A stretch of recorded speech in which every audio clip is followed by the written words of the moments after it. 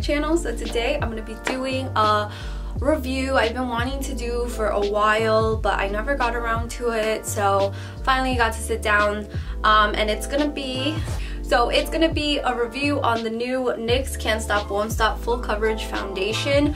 So this is the one that Alissa actually collaborated with NYX to make, and I'm really excited to try it. It released a few weeks ago, but it did come out at a time when I was very busy, so I never got around to reviewing it. And I actually love doing reviews. Just a little bit about this. This is in the shade Classic Tan. It says it's a 24-hour matte finish foundation, and yeah, it says shake well, so I'll start shaking now. So this may be too dark for me because I did get this like I said about a month ago in August, and that's right when I came back from my cruise and I was very tan. It did fade a lot, so I don't think it's gonna be the perfect match, but you guys always come for me with that. But you know, it was because at the time when I swatched it, it matched me perfect because of how tan I was. But now that it's like been a month, my tan has gone away a lot, so I doubt it's gonna be the exact shade, but we'll make it work with the concealer and powders, so we'll see.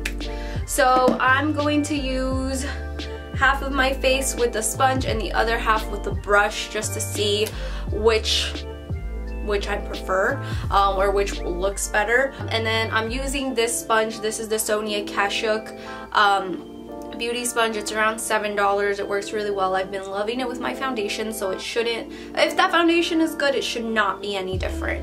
So I'm just gonna go right into it. I'm gonna zoom you guys in just a bit. Okay, this is as close as it's gonna get. Oh, I'm gonna prime my skin first, sorry, but I have to. So I'm gonna use my Too Faced Hangover Primer.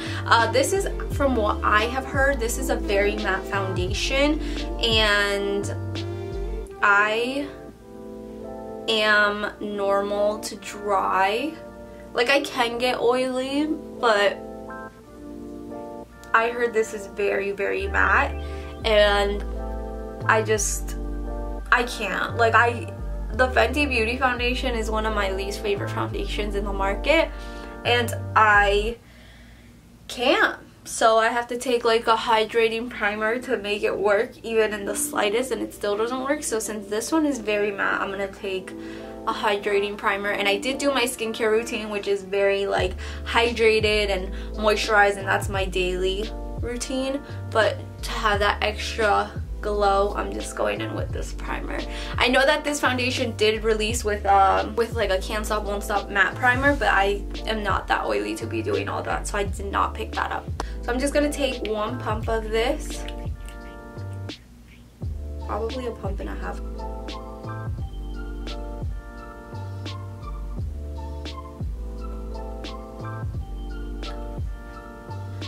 So we're gonna work fast with it because usually really matte foundations dry up really fast.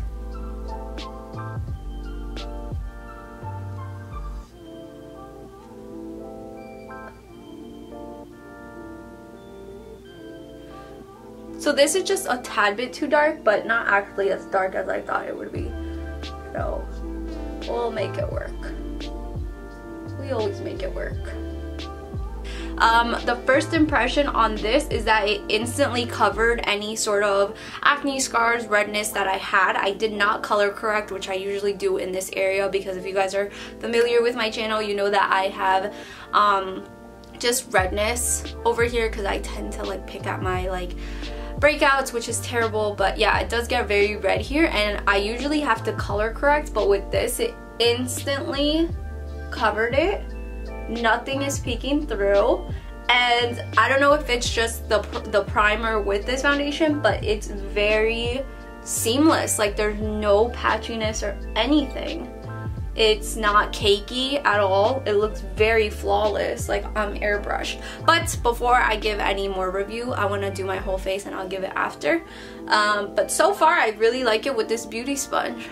So I'm gonna take the other side of my face using the Sigma Flat Kabuki F80 brush. I should have washed it, but I didn't, but whatever. And yeah, I'm gonna take a pump and a half again.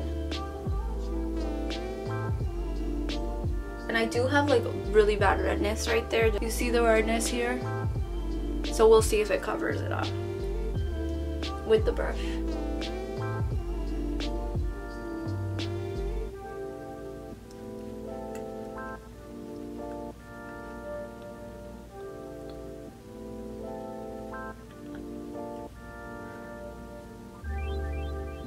Alright, so let's see what this is looking like.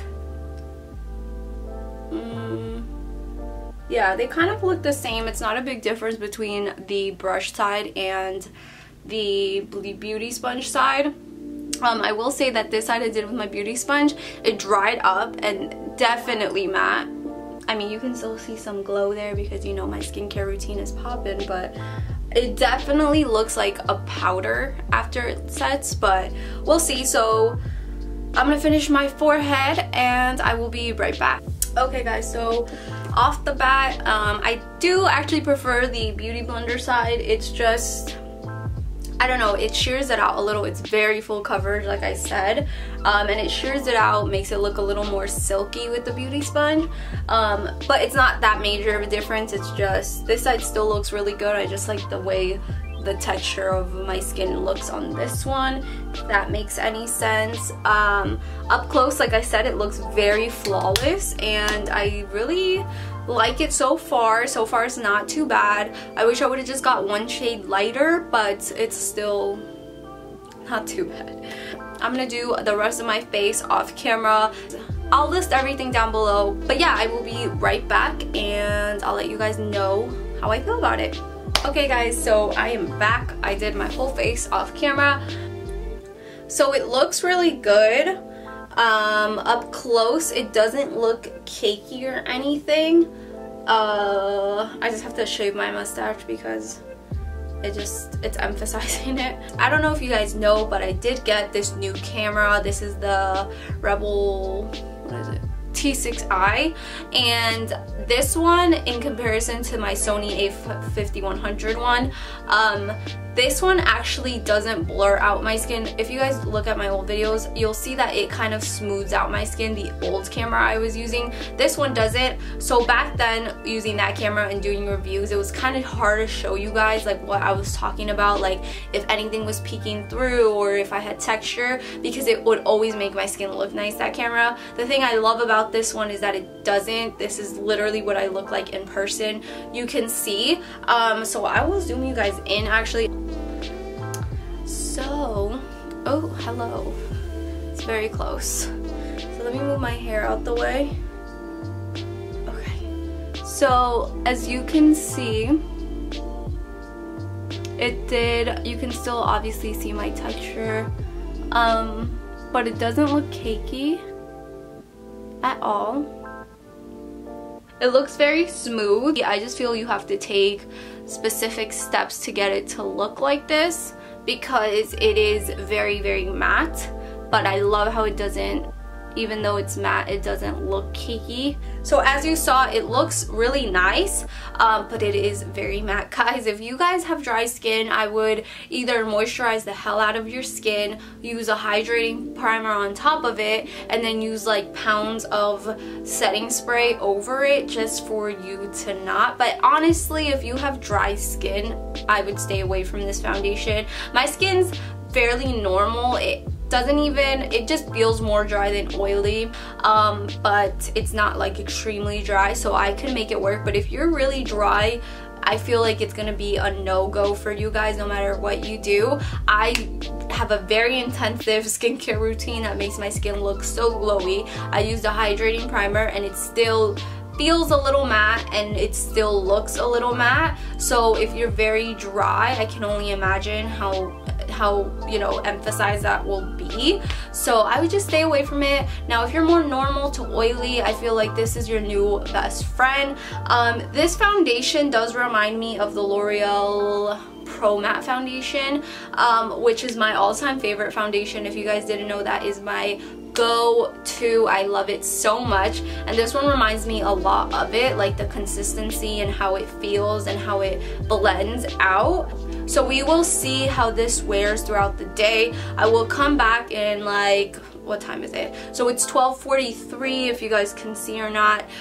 So I'll come back in like, this says it's a 24-hour wear foundation. Nobody over here is gonna wear it for 24 hours. I'll wear it for maybe 6-7 hours max, but I will come back in like 2-3 hours to update you on how it looks, and then I'll come back at the end of the night to show you what it looks like. That is another problem I have with a lot of foundations, is that it'll look great and then at the end of the day I'll look an oily hot mess and it doesn't hold up really well for long periods of time.